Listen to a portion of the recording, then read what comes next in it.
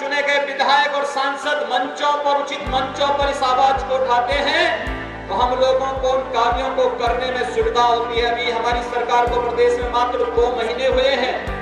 और इन 2 महीनों में बिजली की स्थिति पहले से सुधार हुआ होगा, आप इस बात को महसूस करते होंगे।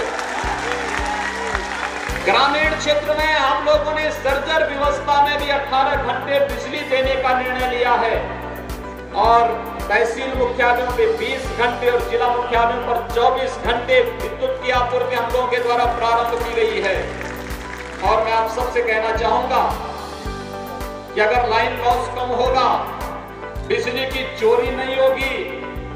तो हम लोग ग्रामीण क्षेत्र में भी आने वाले समय में 24 घंटे विद्युत की आपूर्ति करने के बारे में पूरी तत्परता के साथ अपनी योजना को आगे बढ़ा रहे हैं।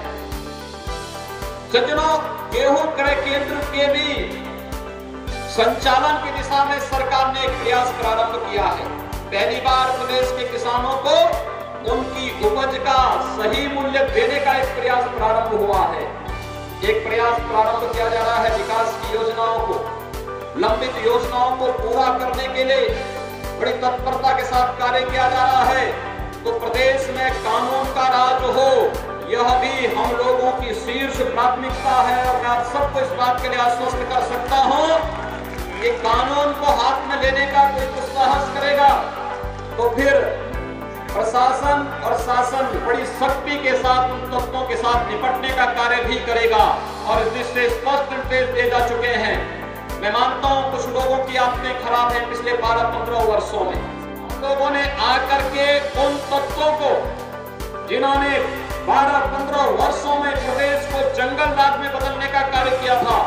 उन लोगों को सही रास्ते पर लाने के लिए पहले चरण में हम लोगों ने एंटी रोंगे स्क्वाड का गठन करके ऐसे तत्वों पर लगाम कसने का कार्य किया। तो जो लोग एनजीटी और न्यायालय के आदेश को नहीं मानते थे, उन लोगों पर भी लगाम कसने के लिए, पर्यावरण की शुद्धि के लिए भी अवैध कुचलखानों को बंद करने का निर्णय लिया गया कि एनजीटी और सुप्रीम कोर्ट के आदेश का पालन होना ही चाहिए। एक बड़ा उपकार का कार्य है किसी दिव्यांग जन के सशक्तिकरण का, उसको आत्मनिर्भर बनाने का, उसको स्वावलंबन की ओर अग्रसर करने का जो प्रयास उनके द्वारा यहाँ पर हुआ है, इसको हमारे अन्य जनप्रतिनिधि भी अपने अपने संसदीय क्षेत्र में, अपने अपने विधानसभा में लागू करेंगे। मैं आज इस अवसर पर जिन दिव्यांग जनों को